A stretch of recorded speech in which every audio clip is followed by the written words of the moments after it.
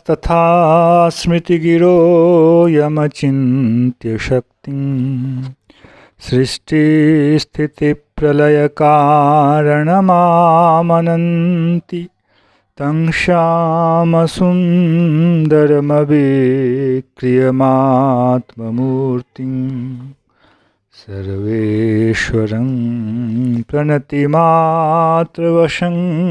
भजामः। अज्ञाननीरधिरुपैति यया विशोषं भक्तिः परापि भजते परिपोषमुच्चैः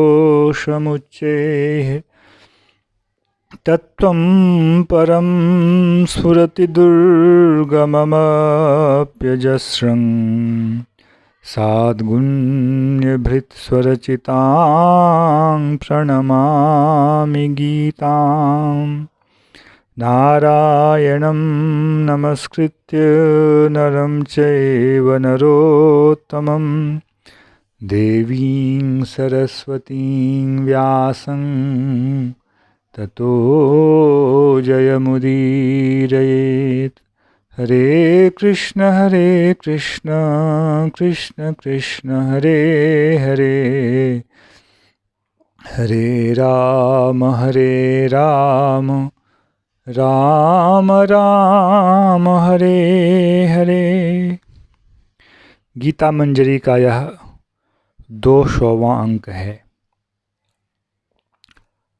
अभी हम लोग छठे अध्याय के अंतर्गत ध्यान योग से संबंधित विषयों को सुन रहे हैं। कैसे कर्मयोगी थोड़ी सी चित्त की शुद्धि हो जाने के बाद जब योगारूढ़ हो जाता है तब वह उस शम गुण का प्रयोग अधिक करते हुए फिर वह योगाधिरूढ़ और परम योगाधिरूढ़ होकर पूर्ण समाधि की स्थिति में ज्ञान विज्ञान से तृप्त होता है। अब जिस ध्यान योग की भूमिका भगवान ने 5:27 में की थी उसका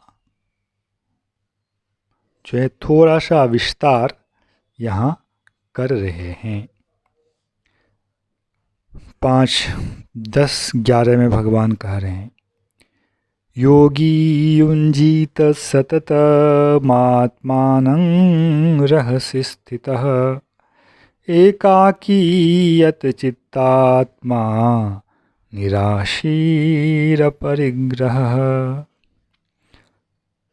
शुचो देशे प्रतिष्ठाप्य स्थिरमासनमात्मनः नात्युच्छ्रितं नातिनीचं चैलाजिनकुशोत्तरम्। अब विधि के रूप में भगवान बोल रहे हैं, कर्तव्य के रूप में। योगी सततम, योगी रहसि स्थितः योगी सततम आत्मानं युञ्जीत। रहसि स्थितः, रहसि, रहस्य इसी से बनता है रहस्य। एकांत में होने वाला उसको रहस्य कहते हैं। रहस्य एकांत में स्थित होकर योगी को सतत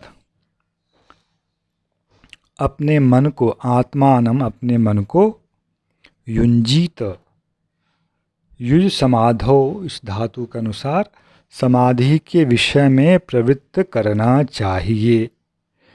अब ऐसा जो व्यक्ति सतत करेगा, अब वह कर्म तो नहीं कर सकता है।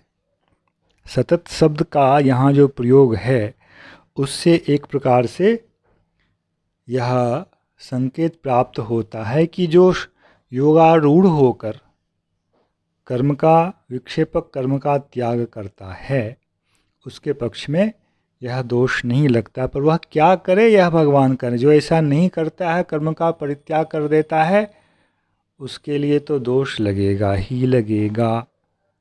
कर्म की उपयोगिता जहाँ है उसको प्राप्त कर लेने के बाद यह ध्यान योगी के विषय में ध्यान रखें इस चीज़ को ज्ञान योगी के विषय में भगवान ने थोड़ी अलग व्यवस्था दी है, क्योंकि ज्ञान योगी को इस तरह से एकाकी बैठ करके ध्यान या इत्यादि करने की आवश्यकता नहीं होती है।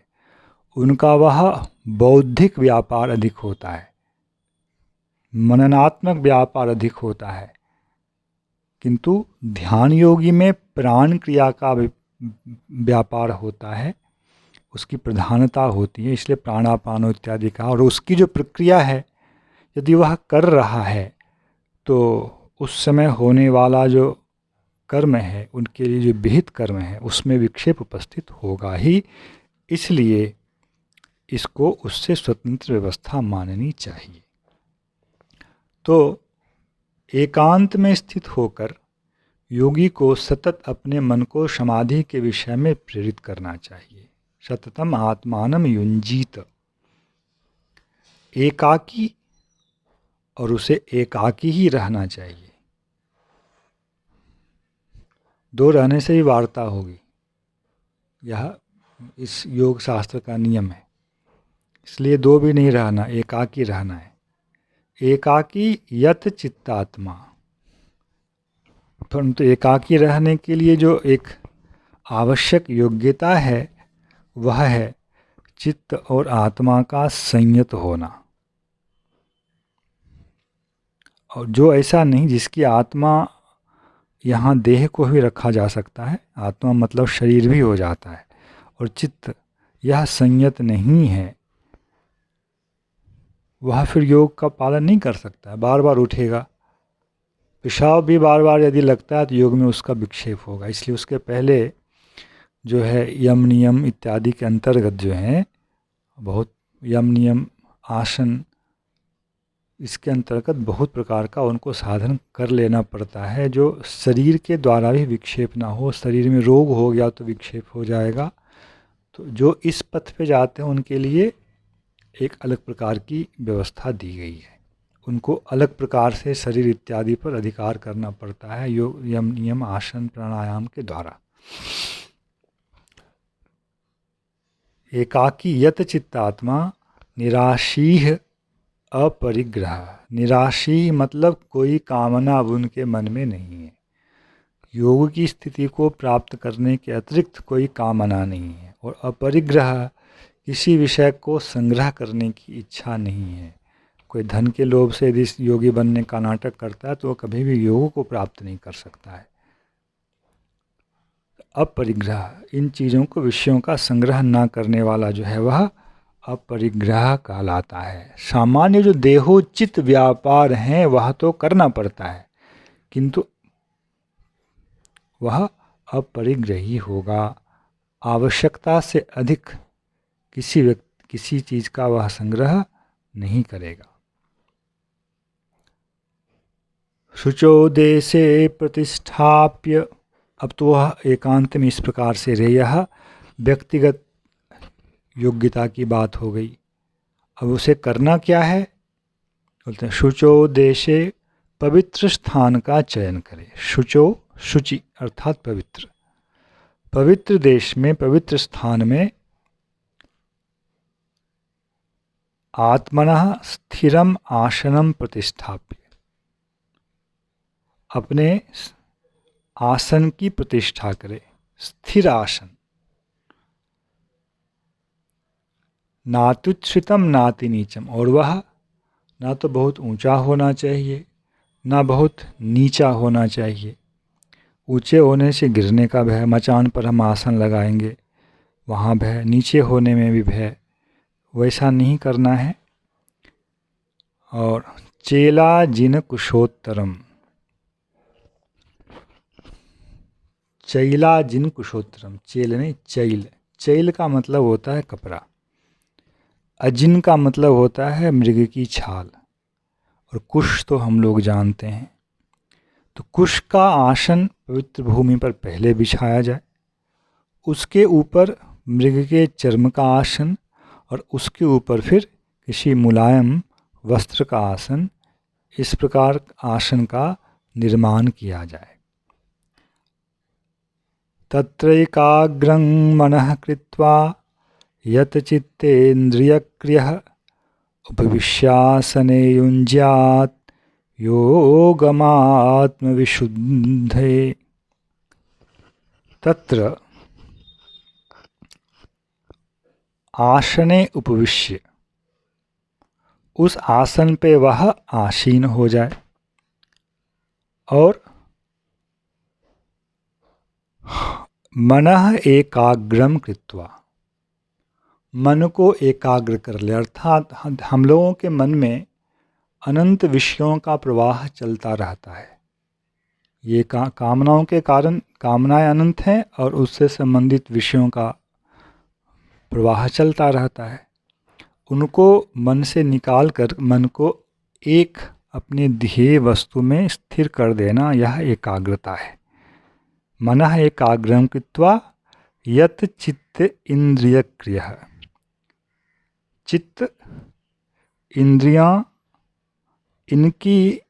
इनका जो व्यापार है उसको वह संयत कर ले। इस प्रकार उपविश्यासने युञ्ज्यात् योगम आत्मविशुद्ध है। आत्मा की विशुद्धि के लिए, अब यहाँ आत्मा की विशुद्धि का मुख्य अर्थ तो यही है कि आत्मा की प्रज्ञा के साथ, धर्मभूत ज्ञान के साथ जो अज्ञान का संपर्क है, अज्ञान का जो प्रभाव है, उसको दूर करना ही मुख्य शुद्धि है। बहुत लोग सोचते चित्त शुद्धि तो हो गया, यत चित्त इंद्रिय क्रिया कहने से चित्त इतना संयत हो गया है। वस्तुतः यहाँ आत्मविशुद्धि जो है, जीवात्मा के धर्मभूत ज्ञान पर जो अज्ञान का प्रभाव है, अज्ञानेन आवृतम ज्ञानम तेन मुह्यन्ति जन्तवः, यह जो 5:15 में भगवान ने कहा है, यही मुख्य शुद्धि का विषय है। अज्ञान के द्वारा जीवात्मा का जो ज्ञान है वह आवृत है, इसको शुद्ध करना है। यही यहाँ इस शब्द का अर्थ है आत्मविशुद्ध है। आत्मा की विशुद्धि के लिए धर्मभूत ज्ञान को के ऊपर अज्ञान के प्रभाव को समाप्त करने के लिए योगी जो है इस प्रकार मन को एकाग्र कर मन को समाधि में स्थित करे। अब कहाँ मन एकाग्र करना है वह आगे भगवान बताएंगे। शमं काय शिरो ग्रीवं धारयन्नचलं स्थिरः संप्रेक्ष्य नासिकाग्रं स्वं दिशश्चानवलोकयन्।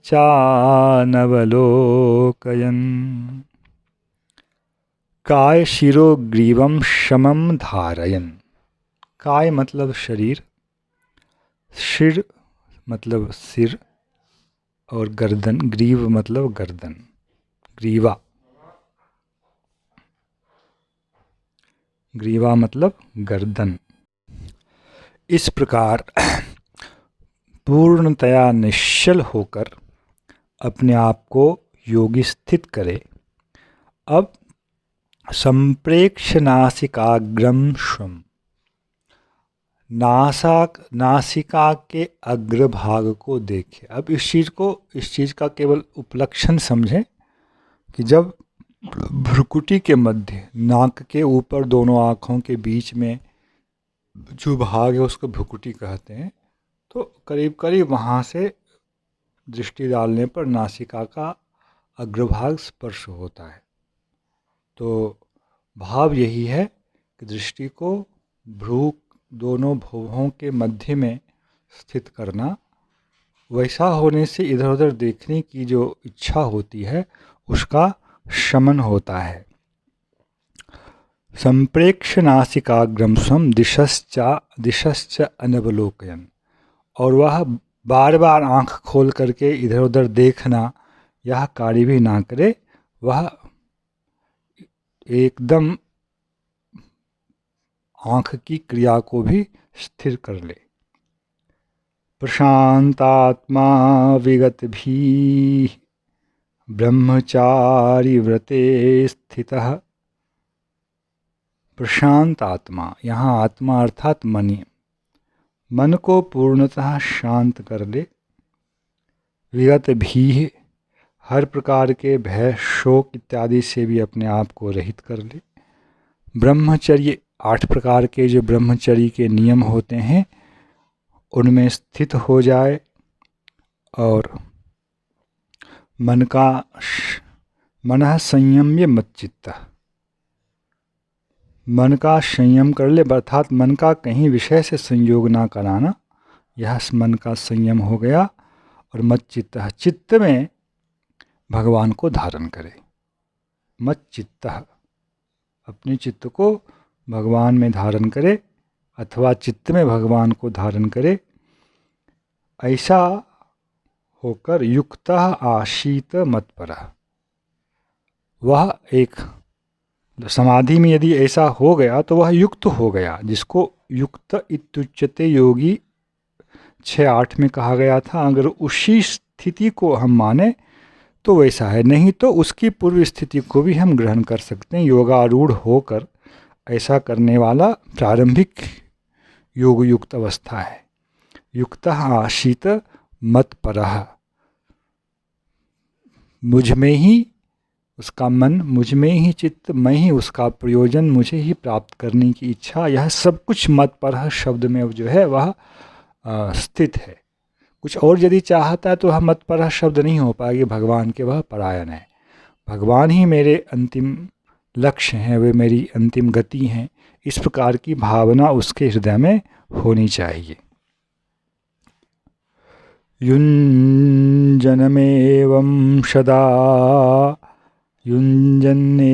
सदात्मानं योगी नियतमानसः शान्तिं निर्वाण परमां मत्संस्थामधिगच्छति। यहाँ 6:14 में मच्चित्तः जो है वहाँ मुख्य रूप से परमात्मा का जो चतुर्भुज रूप है, अंतर्यामी रूप है, जो सबके हृदय में विद्यमान है, हाँ, उस चीज़ का ही संकेत किया गया है। इस प्रकार सदा आत्मानं युञ्जन, सदा जो पहले सतत कहा गया था उसके स्थान पर सदा कहा गया। सदा ही मन का मेरे साथ समाधि करते हुए, मुझ में मन को सदा ही स्थित करते हुए, नियत मानसः योगी, संयत मन वाला योगी, निर्वाण परमां शांतिम अधिगच्छति, निर्वाण परमां शांतिम अधिगच्छति, वह शांति को प्राप्त करता है। कैसी शांति? निर्वाण परमाम। कुछ आचार्यों ने इसको केवल सामान्य मोक्ष ही स्वीकार किया है, अर्थात मोक्ष ही परम प्राप्य है, जिसमें वह निर्वाण परमाम शांतिम हो गया।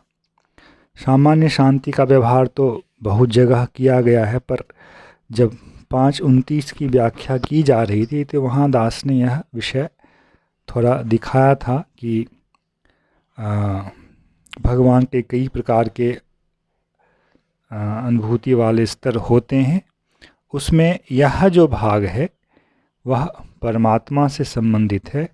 इसलिए सामान्य ज्ञानी जो इस प्रकार से भगवान का चित्त में ध्यान नहीं करता है चतुर्भुज स्वरूप का, उसके संबंध में दूसरे अध्याय में जो कहा गया है, निर्ममो निरहंकारः स शांतिम् अधिगच्छति, एषा ब्राह्मी स्थितिः पार्थ नयनां प्राप्य विमुह्यति, स्थित्वा श्यामन्तकालेपि ब्रह्म निर्वाणम् ऋच्छति, उसकी तुलना में इस शांति में थोड़ी विशिष्टता है। यह इस दास का भाव है। कैसी शांति? निर्वाण परमाम, उस निर्वाण, ब्रह्म निर्वाण से भी परम है, उत्कृष्ट है जो शांति, जो मोक्ष की अवस्था, उसको प्राप्त करता है। किंतु मत संस्थाम, वह मुझ में ही स्थिति को प्राप्त करता है, वह मोक्ष। ऐसा नहीं कि वह कुछ अतिरिक्त चीज़ है, परमात्मा का अनुभव करता है, परमात्मा के उन गुणों का अनुभव करता है, भोक्तारम यज्ञ तपस्याम इत्यादि का, और मत संस्था मुझ में ही सम्यक रूप से स्थिति है जिसकी, उस मोक्ष को वह प्राप्त करता है जो ब्रह्म निर्वाण की तुलना में थोड़ा श्रेष्ठ है। ऐसा श्लोक का भाव यहाँ समझना चाहिए। जय श्री कृष्ण। हरे कृष्ण कृष्ण कृष्ण हरे हरे, हरे राम राम राम हरे हरे।